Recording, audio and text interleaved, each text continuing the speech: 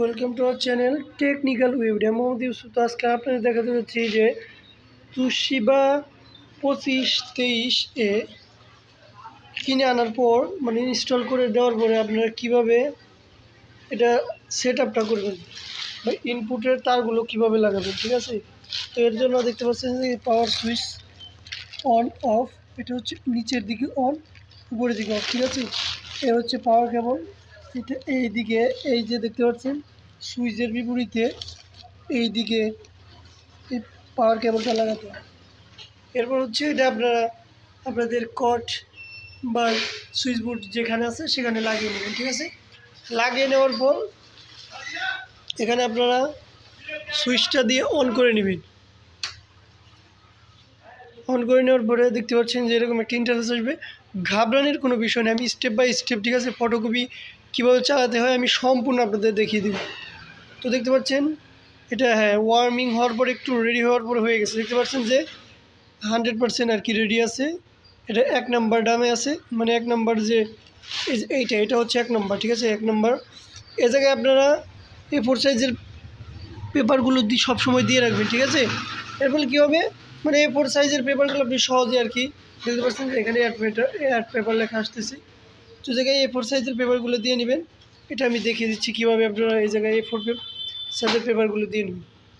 তো এর জন্য প্রথমে এটা এই দিকে দেখতে পাচ্ছেন, এটা চাপ দিয়ে এভাবে চাপ দিলে সামনে আগে পিছিয়ে যায়। তো এটা আগে পিছিয়ে দিয়ে নেবেন, এইভাবে পেপারটা দিয়ে নেবেন, ঠিক আছে। এই যে এটাও কিন্তু আগ পিস করা যায়, এই যে এটাও আগ পিস করা যায়, তো সমস্যা নেই কোনো। এইটা আবার নিচের দিকে করা যায়, নিচের দিকে করলে কি পেপারটা আপনার সামনের দিকে আর কি আসে। তো আমি এক হাত দিয়ে ভিডিও করতেছি, তো এর জন্য সুবিধাটা হচ্ছে না। তো আমি একটু পেপারগুলো ভিতরের দিকে দিয়ে, তো এটা চাপ দিয়ে আমি পেপারগুলো দেখতে পাচ্ছেন একের ভিতরে ঢুকিয়ে দিলাম। এরপর কী করবেন, এইটা দিয়ে আপনারা এটা একটু সামনের দিকে এগিয়ে দেবেন। এর ফলে কী হবে, পেপারটার কোনো সমস্যা মানে টান দিলে এদিক সেদিক যাবে না, ঠিক আছে। দেওয়ার পরে এটা সিম্পলি এইভাবে এইখানে ধরে টান দিবেন, এইখানে ধরে লাগিয়ে দিবেন, ঠিক আছে। তো লাগানোর পর ওকে। তো এটা গেলো এই পাশ। এখানে দেখতে পাচ্ছেন যে প্রায় 2 মিনিট পর পর কিন্তু এনার্জি সেভার মোডে চলে যায়। তো সেক্ষেত্রে আপনি এই জায়গায় ক্লিক করলে দেখতে পাচ্ছেন যে আবার এটা ওয়ার্মিং হয়ে যাচ্ছে, আবার এটা রেডি হয়ে যাচ্ছে, ঠিক আছে। তো এইদিকে এই সাইডের এইদিকে দেখতে পাচ্ছেন এটা হচ্ছে গিয়ে বাইপাস, যে ইটা পেপারের যে জায়গাটা সেটা, ঠিক আছে। এখানে আপনার এই মানে লিগাল সাইজ, তারপরে আপনার A5R সাইজ মানে এনআইডির যে হাফ ছোটো সাইজের পেপারগুলো, তারপরে আপনার দলিলের পেপারগুলো যেটাকে লিগাল সাইজ বলে, দলিলের পেপারগুলোকে লিগাল সাইজ বলে মূলত। আর ওই এনআইডি মানে আপনার ভোটার আইডি কার্ডের যে কাগজের অর্ধেক পেজটা সেটার A5R পেজ বলে। তো আমি একটা পেপার দেখিয়ে দিচ্ছি আপনাদের, তো দেখলে বুঝতে পারবেন আর কি। তো আমার এই জায়গায় পেপার কাটা আছে, এটা হচ্ছে ফুল পেপারের অর্ধেক কাটা পেপার, ঠিক আছে। আর ফুল পেপারটা হচ্ছে A4R পেপার।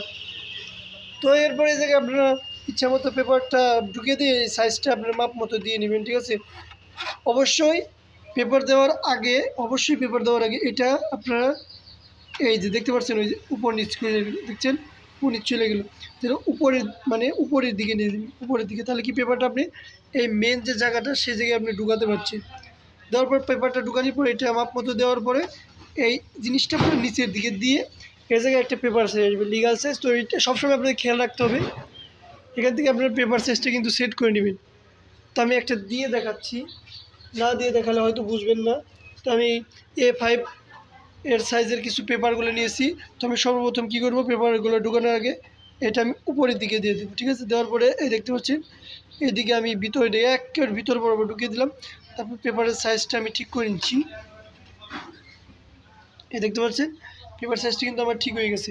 এই জায়গায় দেখতে পাচ্ছেন অলরেডি কিন্তু পেপার সাইজ আমার সিলেক্ট করতে বলতেছি, এই যে এভাবে ছিল, আমি এখন এইভাবে দিলাম। দেওয়ার পর দেখতে পারবেন যে আপনি এই জায়গায় বাইপাস পেপারের সাইজগুলো মানে সেট করতে হবে, সেটা আপনি এই জায়গায় এসে পড়েছি। তো আসার পরে আপনি যদি এই যে এনআইডির যে হাফগুলো, এটা হলো আপনার A5R দেখতে পাচ্ছেন, এই নিচের দিকে উপরের দিকে গিয়ে এটা ওকে করে দিন। আর যদি দলিলের পেপারগুলো ওই জায়গায় দেন ঠিক ওইভাবেই দিয়ে আপনার তখন কি করতে হবে, এই লিগাল যে দেখতে পাচ্ছেন LG এটা ওকে করে দিয়ে তারপর প্রিন্ট করতে হবে।